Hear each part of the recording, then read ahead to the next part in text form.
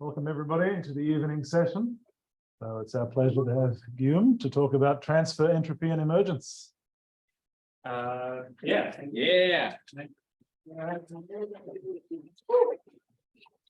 Oh yeah.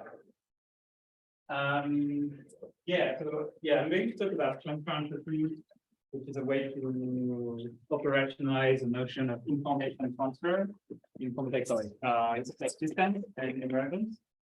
So, like, this is mostly work from Lionel Barnett and some other people who work on estimating transfer entropy. I worked in the past in neuroscience on estimating transfer entropy via Granger causality in the brain, in neural data. And I think like there might be some interesting conceptual idea in there. I'm not sure. Yeah, I'm not convinced that this is very useful for deep learning necessarily, but yeah, hopefully we'll learn some stuff. Okay, so just a few words about like complex dynamical systems. So yeah, a dynamical system is a pair of a set of a state space S, which can be endowed with a structure like a manifold or a topology, and a function F, which govern the transition between the states of the dynamics. And we say that this is not like a fully rigorous definition, but the idea of complexity is to say that complex systems are hosted on the network, and there is interaction between the states, and the interaction themselves can depends on time. So there is some sort of like coevolution between the states and the network. And also there are some coarse graining which can give rise to interesting dynamics. So coarse graining is like we can take a bunch of variables together and, for example, take some like project them in some lower dimensional space. So transfer entropy is a measure, an information theoretic measure based on mutual information. So mutual information is a measure of statistical dependence between random variables. But for stochastic process, we want to define a measure of like how much uncertainty the path of a process resolve about the presence of some other process beyond the information that is already present in the past of the process X. So here we define transfer entropy from the path of Y to the present of X as the mutual information between the past of Y up to some time lag in the past and the present of X, condition on the path of X and some other process like that we want to condition on. For example, if you want to condition on confounding variable. So like the intuition of transfer entropy is that we want to understand what is the amount of information, what is the amount of like uncertainty that we could resolve about the present of about the present of X with the path of Y beyond what we already know from the path of X itself. So if Y, for example, if Y is just a copy of X, for example, there is no information transfer because all the information is already present in the path of X. So to give a bit more intuition about transfer entropy, so like we have a results in the case where we are looking at an ergodic process that we model with a Markov model. So suppose that you can model like some process X condition on like some path of process X and Y with some model F, such that there is a unique parameter theta which gives you the true distribution.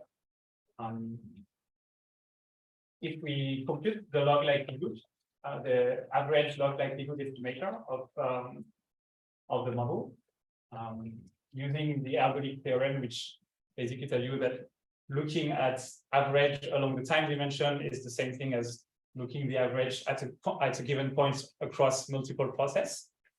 This corresponds to saying that like the average log likelihood estimator converges to the expected value of the log likelihood of the model. And the expected value of the log likelihood of the model is just the entropy of the model.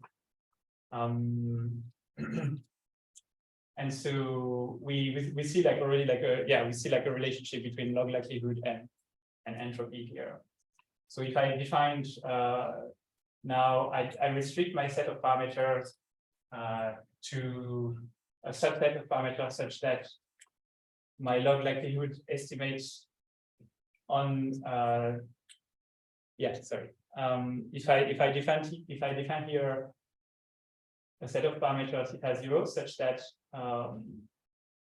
f on theta 0 doesn't depend on y of t. So this is my null hypothesis that y of t doesn't, x of t doesn't depend on y of t.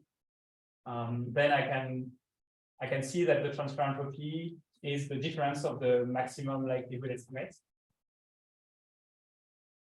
Sorry, is a log likelihood. Sorry. So Does theta not have a sympathy, like the NL under the null? Does theta not have the NLE under the null? Yeah, NLT? theta hat 0 is the Theta has the unrestricted NLE. theta hat is the unrestricted MLE and theta hat 0 is a restricted MLE. Yeah. This looks correct. Yeah. What does restricted mean? What's it It's different? like your optimizations. Just that theta, capital theta. So here the restriction specifically is like we choose theta 0 such that for all parameter in the restricted set, the model F the model F doesn't depend on y of t. So this is just saying that x of t only depend the model over the restricted parameter only depend. Sorry, the parametric model of x of t when the parameters in the restricted model only the x of t only depend on the path of x and not of y. Yeah. Okay, and what does the superscript k mean? Oh, sorry. Yes, it's just to say we look at x of t up to timeline k in the past. X of t up to time k. Yeah, so you have xt minus 1, xt minus k, up to xt minus k. Because we take a k Markov model. Okay. Yeah, so x of t that doesn't depend on x of t minus k minus 1, for example. That's it. Okay, sorry. So yeah, to give a more like specific example, if we take a like Gaussian process, so we suppose that x of t is a Gaussian process, and we model it with a vector autoregressive model. So vector autoregressive model is just like I'm doing a linear regression of x of t also in its own path.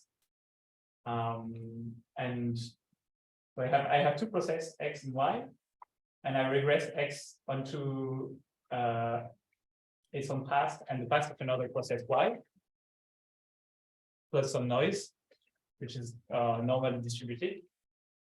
So my first equation here is what I call the full model, the full vector autoregressive model. And the second equation here is the reduced autoregressive model. So I only regress x of t onto its own path up to some reduced noise, which is also normally distributed. And using this equivalence between the transfer entropy and the log likelihood, I can write exactly the expression of transfer entropy because I know how to compute the log likelihood of a Gaussian model. And it's just the log ratio of the generalized covariance matrix, the generalized covariance matrix of the noise of the reduced model over the generalized covariance matrix of the noise of the full model. So here, the sigma here is the covariance matrix of the noise.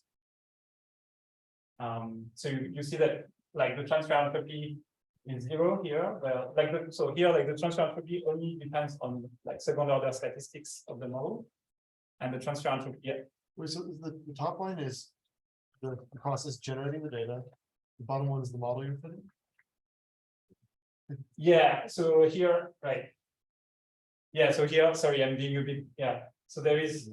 So I'm modeling my process with a vector autoregressive model, and this is the like theoretical transfer entropy. but I could replace also the noise covariance matrix with its estimates, which would give me the Granger causality of the process, which is how much the past of Y helps to predict the future of X, condition on what we already know from the past of Y. So here I take a process that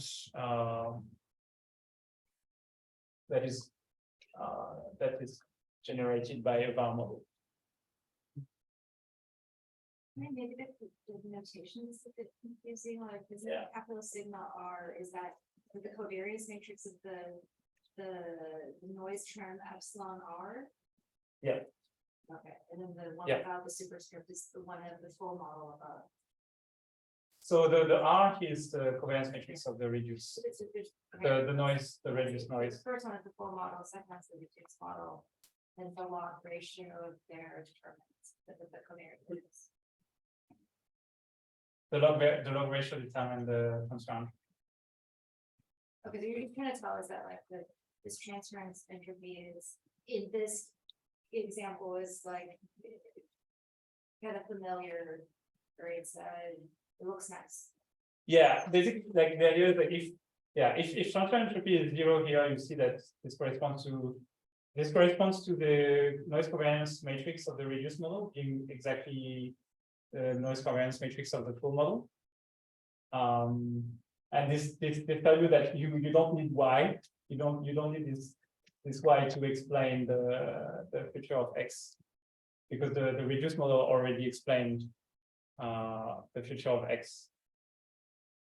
What does that tell you, that the two covariance matrices are the same? Like I see that it can tell you if that's 0, then their determinants should be the same. Yeah. Is that what you mean? Or are they like The determinant will be the same. Yeah. Okay. Yeah, not the covariance matrix itself. Okay. Yeah, sorry. Wait. Yeah. Different matrices. Yeah.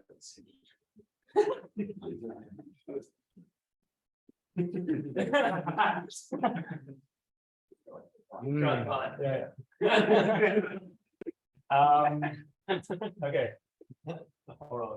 So what can we do with like what can we do with entropy? So apart from trying to use it as a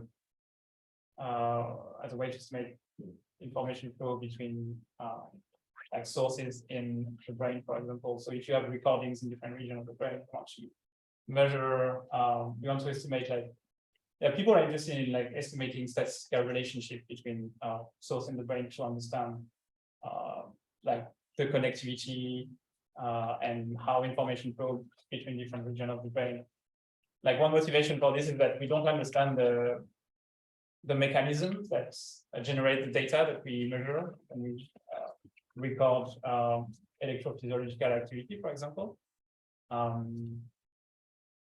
So people like try to take a data-driven approach of like, okay, let's try to estimate information flow. Let's try to understand what kind of statistical pattern we see, and maybe this can inform us about the sort of mechanism we can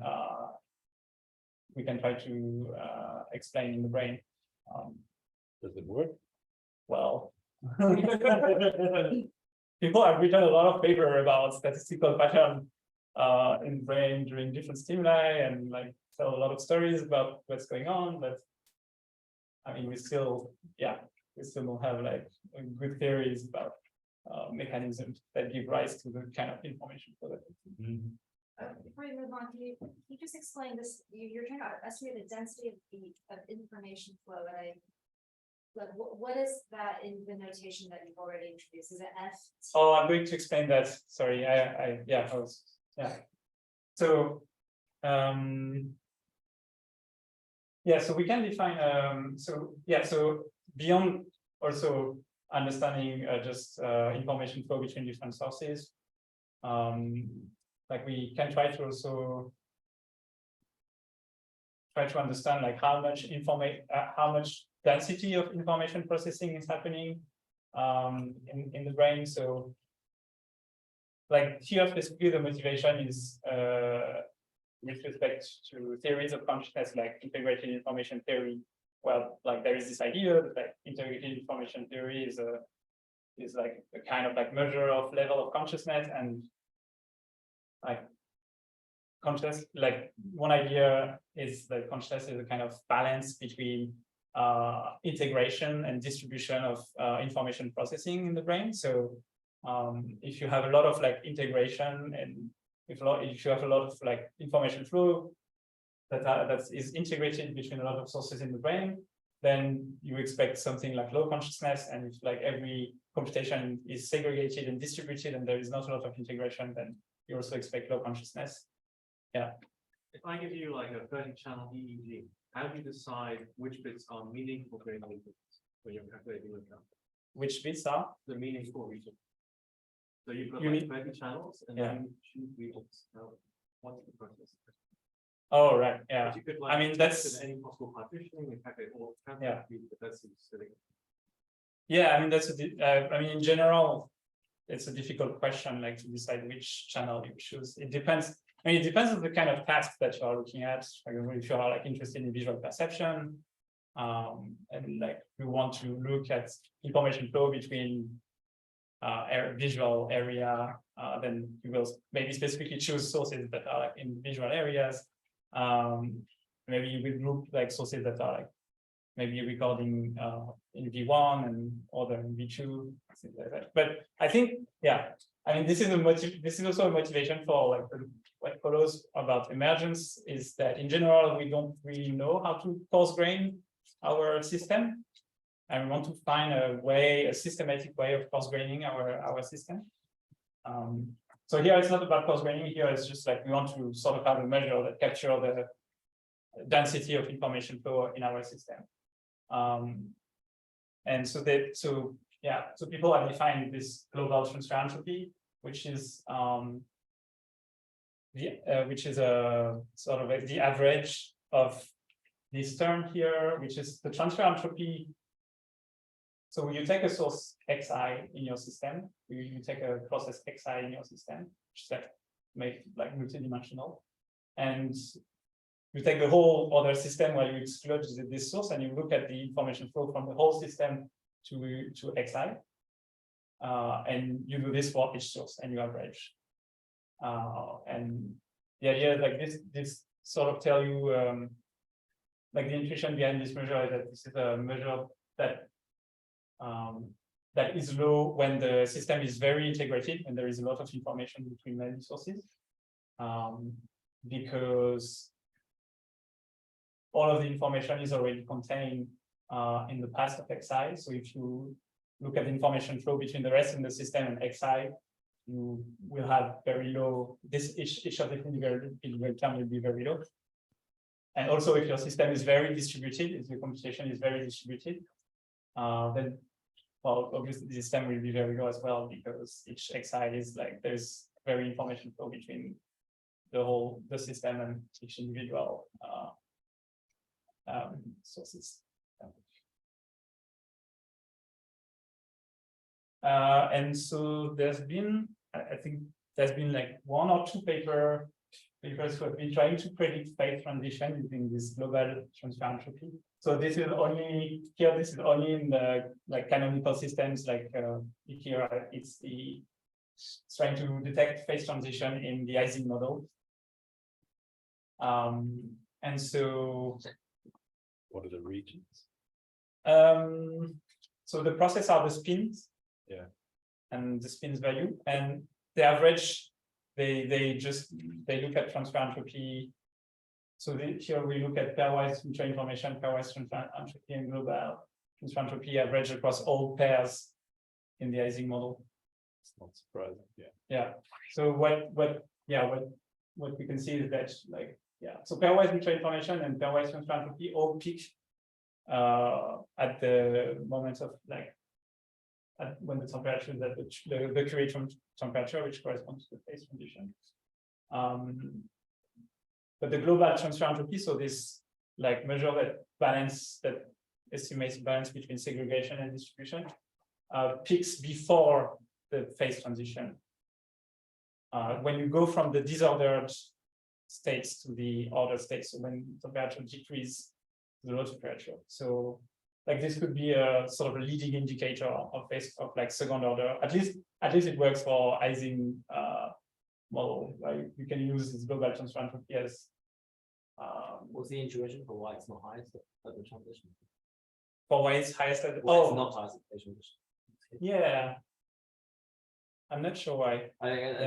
Is this just an empirical result, or they're like? It's an empirical result. We don't have a good theory to explain what's happening. Yeah, I'm not sure. I really understand what you're saying. So it sort of diverges at the same place as all the other ones. So why are you Yeah, saying but it's- at the maximum in the transfer. Yeah, but I don't care about the maximum. I care about the divergence. So it's not before the phase transition. It's just like more or less. It has it decays back differently after but that's essentially an infinity, right? It's like doing something. So like the phase transition happens here, I see. So okay. and the global transfer entropy peaks when you go from the disorder phase to the order phase. This is an indicator that you start going down, and you notice that the transfer entropy is going down, and now you know phase transition is about to happen or something. Like if you're coming down in temperature, is that the idea? Like if you It's not how is it a leading indicator? in the sense that you can use it to predict that you are approaching a phase transition. Oh, When it peaks, okay. when it peaks and then decreases, you are approaching the Sorry, phase. that's important. Yeah, Okay. sorry. I'm not explaining very It's a well. lagging indicator. Oh, lagging indicator. Yeah, left, right. Yeah. Okay. Yeah, okay. All right, I'm gonna talk a bit about emergence. So a general problem that we have when we want to estimate information flow in complex systems, there is like a large number of variable, and we want to reduce for computational simplicity consideration. We often want to reduce the number of sources between which we estimate information flow. So people are trying to like one question is like how do we coarse grain our system in a way that gives rise to interesting macroscopic variable that we want to estimate information flow between. But I just giving like a few words about emergence in philosophy reductionism. You have a machine and you have small components in the machine, and you want to understand how each small component get assembled together to explain the behavior of your machine, and you can go from the bottom up direction.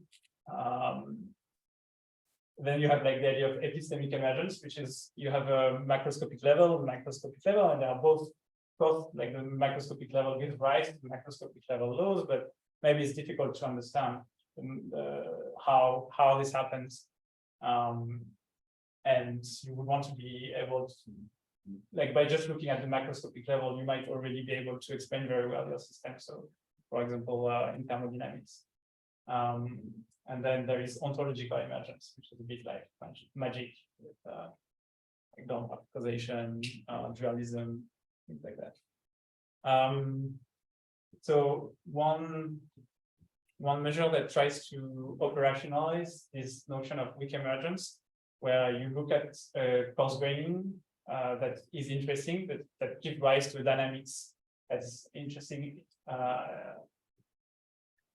itself. Like a measure that tries to operationalize that is dynamical independence. So the idea of dynamical independence is to say that you can predict a macroscopic level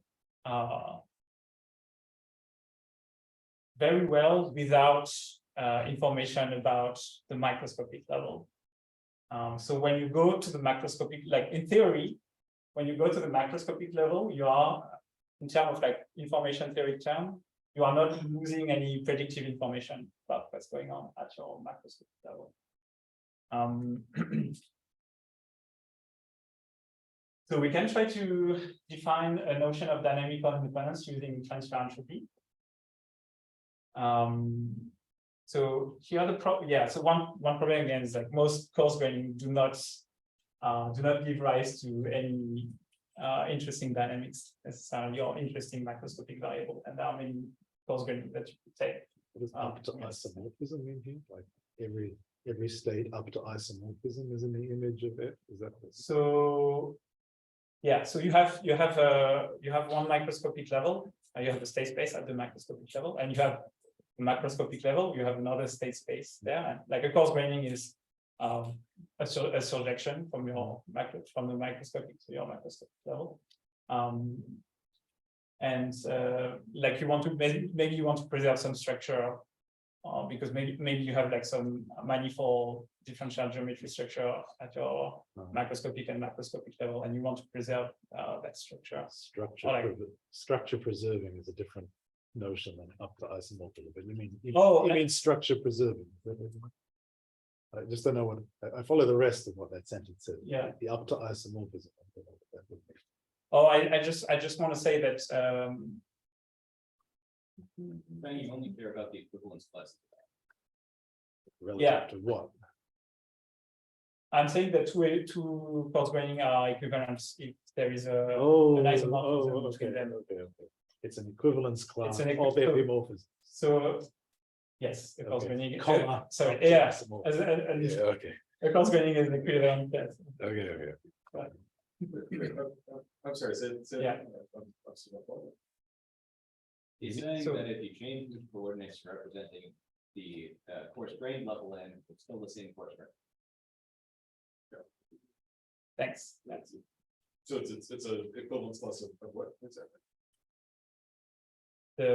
So I'm looking at equivalence class of surjective map from your, yeah. Yeah, where you fix the codomain and you identify two surjections if there's an isomorphism between the domains that makes the diagram commute, presumably. Okay, so we're like going from one category to It's a comma category. Yeah, I'll give an example later. It's gonna be clear in the linear system. Okay, yeah, so we impose the condition that when we know everything about the past of the process, when we know everything about our microscopic level, we don't have any more. So the mutual information between the past of Y and the present of Y, knowing everything about the microscopic level, is 0. So knowing everything about the microscopic dynamics, when we already know everything about the macroscopic dynamic, we don't add any information about the microscopic. What I'm trying to say here.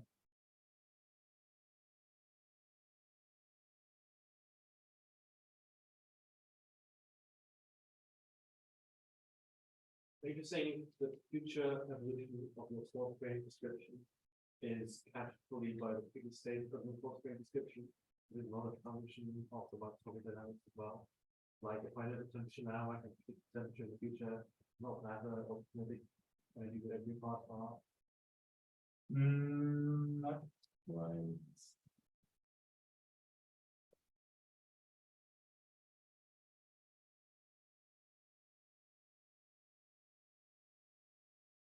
I'm just saying that knowing the past dynamics. I'm just saying that there is no mutual information between the.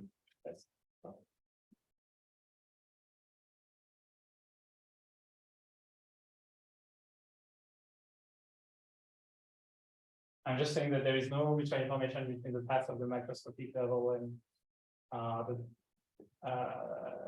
the presence of the microscopic level if we already know everything about the past of the microscopic level.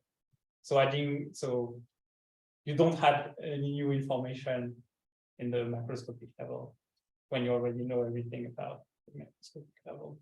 You remind me what the minus means? Oh, minus mean over the whole past. So it's like yeah, Conditional on the it's like yt minus 1, yt minus 2 up to infinity. So conditional on xt minus, which is the past of the microscopic system. You gain no extra information from knowing the past of the microscopic system. Yeah. Okay. Yeah. Thank you. Yeah. And so the idea of dynamical independence is to say that there is no transfer entropy. So we say that the microscopic variable y, which is a coarse graining of x, is dynamically independent from x if there is no transfer entropy from x to y condition on some other variable constant. So basically what I say is like you can perfectly well describe the dynamics of y with the path of y, and that knowing x doesn't add any more information. You don't lose any predictive information by going to the coarse graining level. Literally like a definition of a good coarse graining. Yeah. This is a way to try to operationalize what is an interesting coarse graining to study. It's interesting microscopic variable. And so we also call this quantity the transfer entropy from the microscopic to the macroscopic. We also call it dynamical dependence, because when dynamical dependence is 0, the microscopic variable y is dynamically independent from the microscopic level.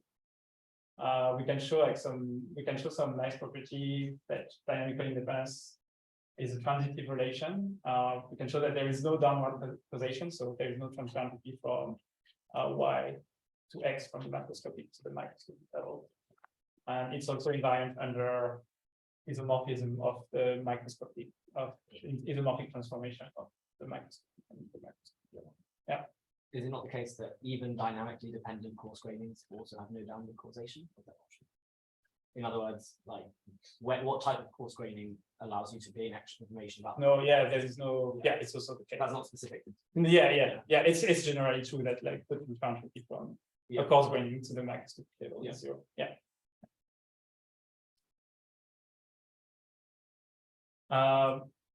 But so now we also want to look at real system and estimate dynamical independence. But the problem is that, well, in practice, it will never be like exactly 0 because you measure like transfer entropy, and so it will be low. But you have to decide at which point do I say that it is dynamically independent.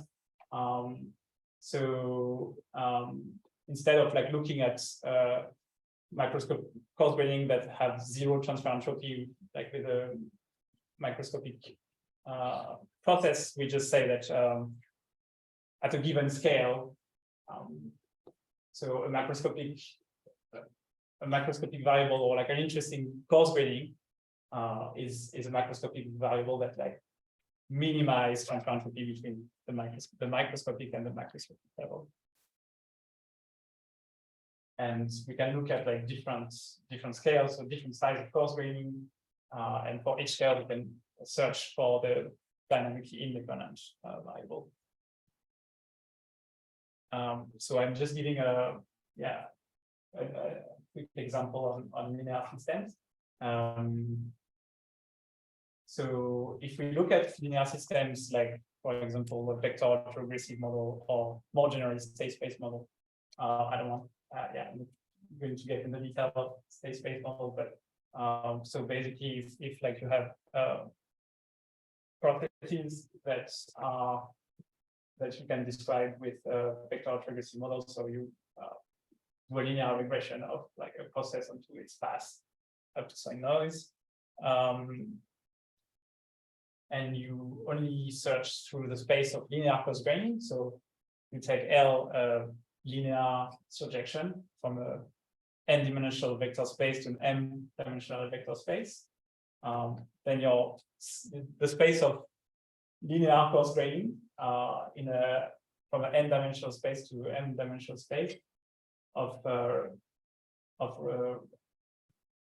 that are subjective and of rank n, up to an action of the group GLM that corresponds to the Grassmannian, because the Grassmannian is the set of m-dimensional vector space into a vector space of dimension n. And so it's a compact manifold, and so is the set of all coarse grainings from M to M, or only linear ones?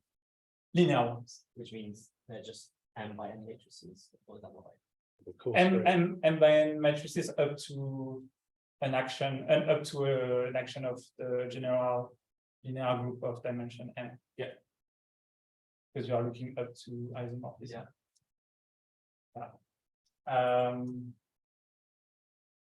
Yeah, and so So n is bigger than m, right?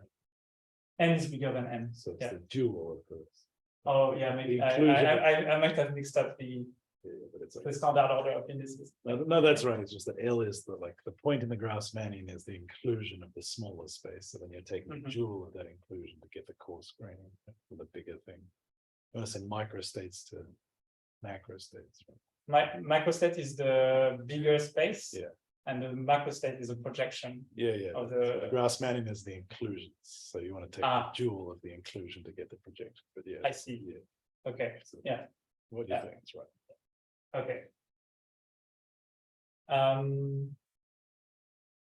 Yeah, so if we look at linear system, we can find an exact form also for the transfer entropy, which is similar to the example I gave earlier, but where this time the determinant of the noise covariance matrix is sort of like the determinant of the projected noise covariance matrix on the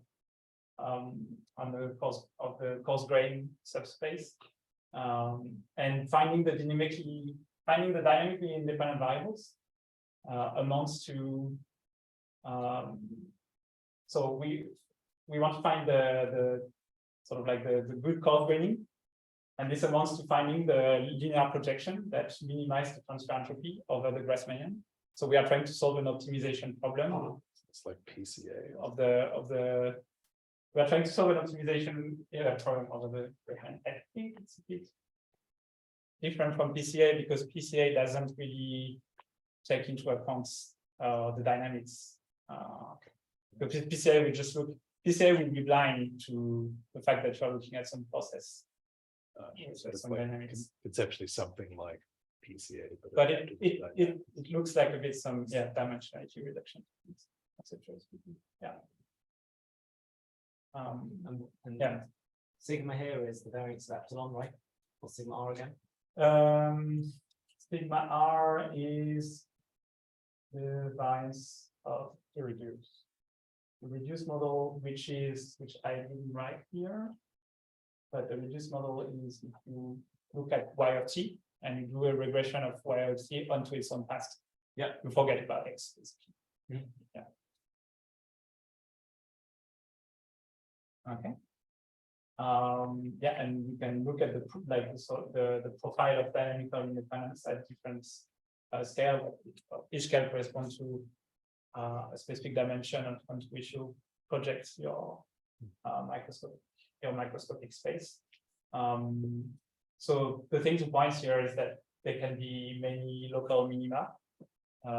When you do numerical optimization, you can get stuck on many local minima, and so for a given scale you can get like different macroscopic variable depending on which local minima you end up falling on. Yeah, and sometimes you can have like zero variable that are like strictly dynamically independent, but that's not necessarily often the case. So it's a bit like it's a bit of a messy and complicated problem to find. Like there can be many interesting microscopic variables. I don't understand. Yeah. You've got bars here that are not at non-integer values. What are the heights of those bars? What's the Why- x-axis? Why would they be? Well, the x-axis is m, but you've got like, What does it mean for a non-integer n? Oh, is this what multiple would runs be- for Oh, value? it's the value of the dynamical dependence, is the transfer entropy between. Is this multiple runs for each scale? Is that? Yeah, this is multiple run each time. Yes. It's like, well, what's like scale 2.6? I It's just multiple runs. see, okay, okay, I got it, yeah. Oh, right, I see. Sorry, yeah, Yeah. this is multiple run for a given scale. Yeah. So how do you read this? You're saying that like, there isn't a good coarse graining between 3 and 5 or like, Well, it's just that depending on your run, you can find different coarse graining. No, But like- oh, You look at this and you see 2 and 6 are 0, so you say, aha, well, there's a coarse graining at that scale, and Yeah. a coarse graining at the other scale, and the others are like not good things to coarse grain at, or how do you? not do it? necessarily. You could like look at scale 3, and you could take what's called the coarse graining that corresponds to the smallest dynamical dependence. It's not perfect. It's not perfect, but it might still like be interesting to look at this variable. And what was the form of epsilon? What was the type of noise used to generate this? Gaussian. Yeah, so it's Gaussian. It's like it's a vector autoregressive model with Gaussian noise. Yeah. Are the runs just ordered by which ones had more dynamical dependence? Is that why they all Yeah. like grouped towards the right? It wasn't like that was. Yeah, there was just order from the smallest dynamical dependence to the highest. So that's not for time each scale. dependent.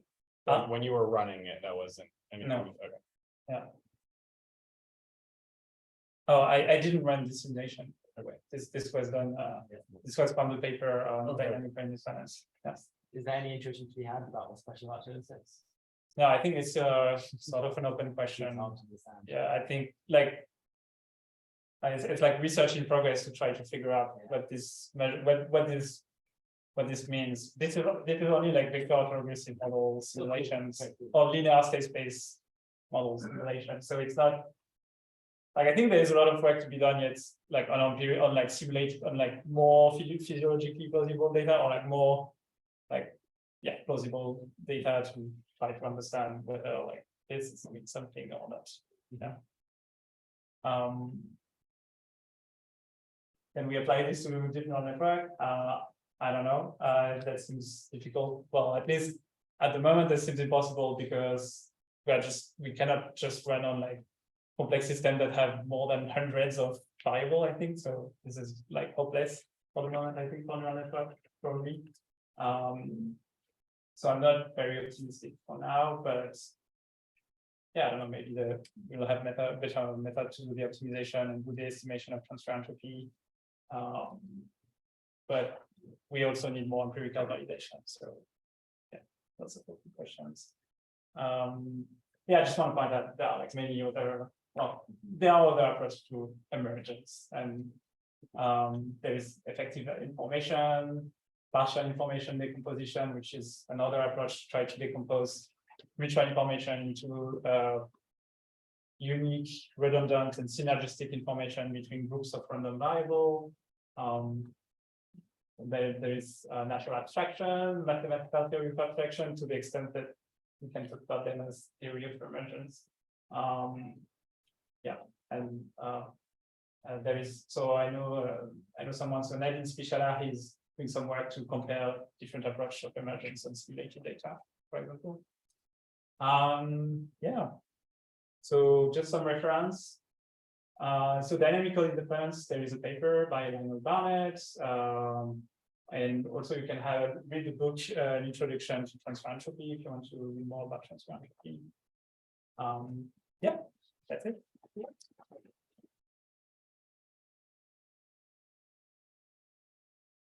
We have time for some quick questions. Okay. He's given up his right. Yeah, this is really exciting. I'm like, how hard is it to do the transfer entropy thing? Like, could I just like try it with a really small neural network tomorrow and see if I can understand the coarse graining that I get? Yeah, I don't Like know. a really small one? It's pretty hard because, so the problem is, like one problem is that often when you want to estimate transfer entropy, you need to use stationary assumption, for example. So you need to look at like a lot of like, if you want, you can take time series and you can take many trials of like one time series and try to estimate transfer entropy. And you have broadly speaking, you have two strategies to estimate transfer entropy. There is a non-parametric strategy, which I don't know much about, but I think there is a lot of issues with the non-parametric strategy where, for example, there is this question of like, oh, you have to look at some past time lag. You are looking at transfer entropy from the past of your process to the present of your process, which is like, okay, up to which time lag in the past should I go to like to estimate transfer entropy? And as far as I know, in the non-parametric case, there is no sort of principled way to do it. The other strategy is to use Granger causality as a property of transfer entropy. But then you are back at like trying to model your time series data with linear state space model. So you are like doing linear regression. I mean, in the brain, it's not that bad necessarily, but on neural network, I don't know. Yeah, because I think I know you said it's like very intractable with big models, but like I don't think, as far as I'm aware, there's like much good work in like knowing how to coarse grain neural networks at all. And like even if you could do this with a small model, like it's possible that there's like a lot of insights that could be done there for like maybe not having to use like a fully automated thing, but like our understanding to coarse grain things in future. Yeah, I think this could be interesting. It could be interesting to look at small model. For example, also like this question of phase transition, looking at small model, and like we can define global, like apply global transfer entropy also on small model and for phase transition. And also look for coarse graining in this program. That might be doable. Tomorrow evening, a talk on transfer entropy and coarse graining for toy models of superposition. So my question is about the interactability as well, but just because I probably don't understand what's going on, I wanted to ask about it in the brain. So if I give you like an fMRI bold response split up into regions of like, I don't know, like a centimeter cubed for the whole brain, is your XI in the state space model just going to be the vector of bold responses for all regions that the fMRI measured over time? Because that seems like it would still be quite a lot of variables in the sense that you meant. What would be the XI? Well, I'm sort of asking you what the XI would be, but I thought the XI would be like for every cell in, or you're like for every cubic cell in your fMRI, just the activity of that at a given time, like the bold response.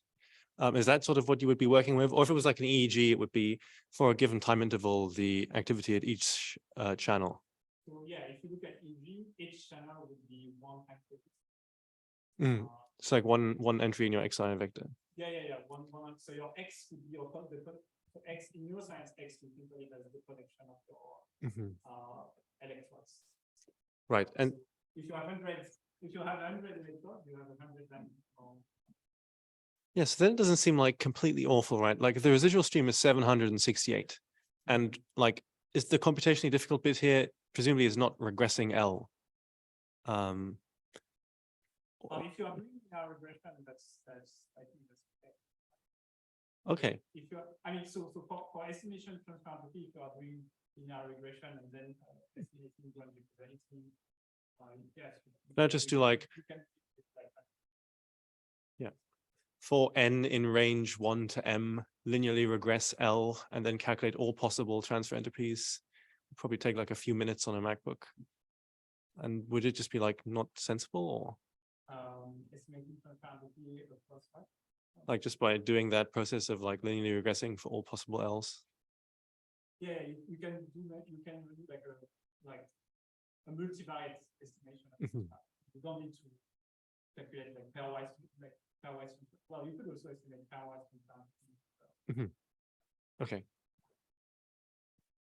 Last question. Yeah, so I guess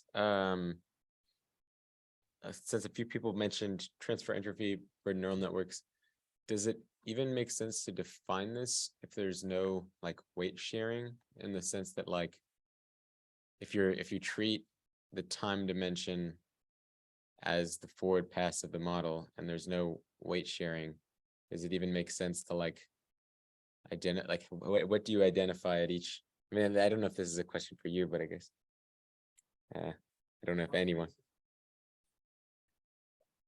But but the subspace doesn't have to be the same if there's no weight sharing. Well, It said like up. what do you mean by weight sharing? Meaning that the weights at every layer are going to be different, so it's not like if it's like a brain, like the neurons are the same. If I have a recurrent neural network, the neurons are the same. If it's different at each time, then how do you say like it's this? I have this time series and this time series, and I want the transfer entropy between these two, but like there has to be some coherence between xt and xt plus 1 and etc. Like they have to, I don't know, maybe So the question is what is time in the neural network when you, I guess, I mean there could be different way of looking at this problem. So time could be the activity on multiple independent steps. Well, And you there's look at- tokens, then you're conditioning on the previous history of the state of that token. Like, presumably, you know, the token at layer L is dependent on the same tokens at layer -1. The question is, to what extent does it influence the receiving information from the token? I see. Okay, that could make sense. Okay, let's thank Guillaume again.